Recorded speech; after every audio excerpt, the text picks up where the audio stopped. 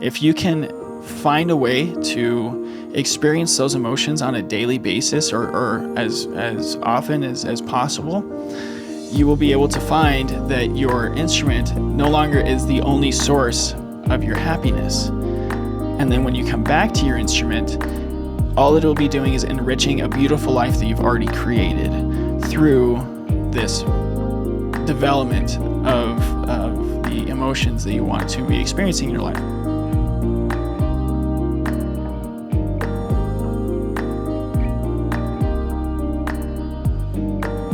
Today I want to just give a quick strategy that I recently discovered from a guy I listen to a lot named Ed Mylett. He was actually recently voted USA Today's #1 motivational speaker, and he's in that personal development space. And he likes to say something that I think is really applicable to musicians, especially musicians going through injury. As you know, you're trying to navigate your reason why to continue in your musicianship and in your instrument, things like that. He said something along the lines of, we don't want the things themselves, we want how those things make us feel. And that has a lot to unpack there that I want to work with you guys on. He gives the example of, we don't want the car, we want how we think that car will make us feel when we have it, right? We don't want that relationship or we don't want that relationship necessarily. We want what we're truly desiring is how that relationship will make us feel, right? And those things that we want to feel are, happiness, excitement, joy, all those types of things. And so, especially for you guys who are going through injury recovery and you can't access the feelings necessarily through the medium of your instrument as you're going through injury recovery, focus on identifying how the emotions that you feel when you play your instrument.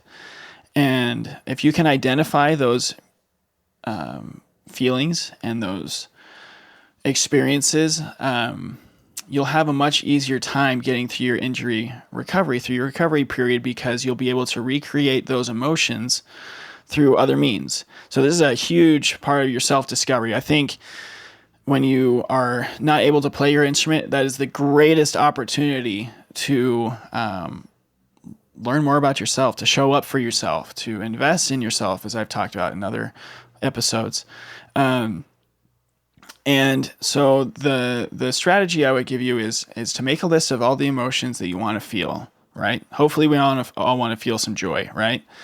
Or peace. A lot of people play an instrument because it helps them center themselves, or it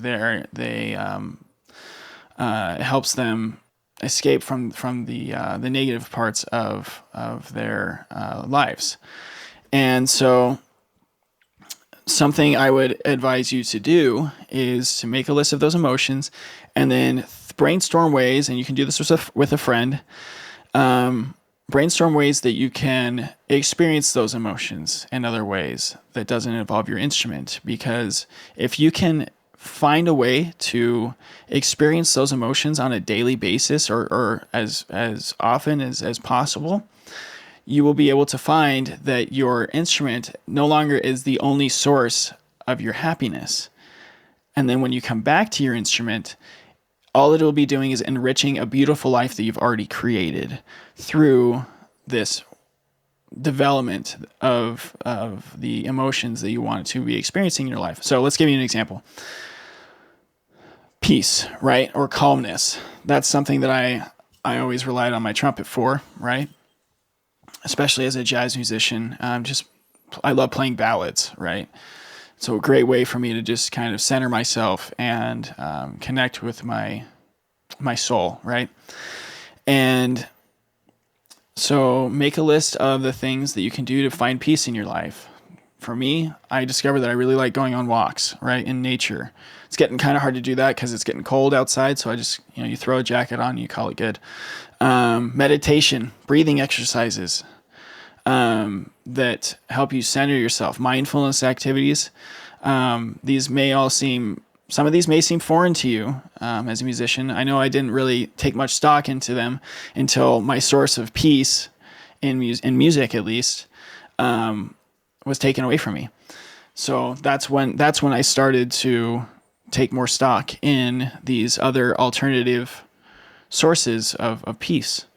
Another one is joy, right? We've all hopefully had joyful experiences on our instrument.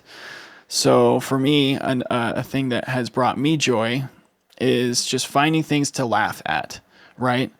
Finding videos on, reels on the internet. I don't spend a ton of time on social media, but when I do, I guess Instagram figured out that this is full disclosure, so don't judge me too hard, but if you do, I don't really care. So I love watching funny animal videos or voiceover animal videos. Those things bring me joy, right? It's really the little things that bring us joy in life. And so when I need a laugh or a pick me up, that's a place where I go. For those of you who believe in a higher power or God or Jesus, that's something that is very, very personal to me. Investing more time into your faith, right? That is a huge part of recreating all of those emotions in your life, is to double down on your faith. And then I think just as important as that is in recreating these emotions that you get from your musicianship is really investing more time into your meaningful relationships, and creating more meaning in them, and having deeper experiences with your friends and your family, and your loved ones, your significant other, your husband or your wife or your dog. It really doesn't matter who it's with, as long as it's a meaningful relationship to you. And as you invest more time into into those relationships, you will be able to recreate and enrich your life with those emotions, that when you do come back from the injury, which I'm telling you, it's very possible. I am 100% confident that if you do this, when you do come back to your instrument, you will be coming back as a new person. You will come back with greater capacity to be a greater musician, and your instrument will enrich a life that you have already created for yourself, in the emotions that you have focused on experiencing in your life. And so, hope this helps. Make sure you do all those podcasty things like and subscribe it and share it with the people in your life, the musicians and the educators and all the people important to you, as these are very important principles to apply.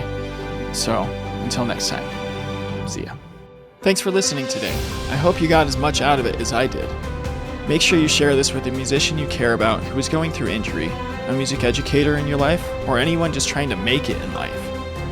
If you have a suggestion for a guest or topic to cover, shoot me an email at trustprocesspodcast@gmail.com or send me a message on Facebook or Instagram. Before we go, I just want to give a heartfelt thank you and shout out to my team: Daniel Baldwin, who is my audio engineer, Kevin West, who does all music and sound effects for the show, Peyton Womack, our website developer, and my sister, Dana Lovell, who created the logo and promotional materials. We wouldn't have the show without them. So tune in next time for another episode of Trust the Process.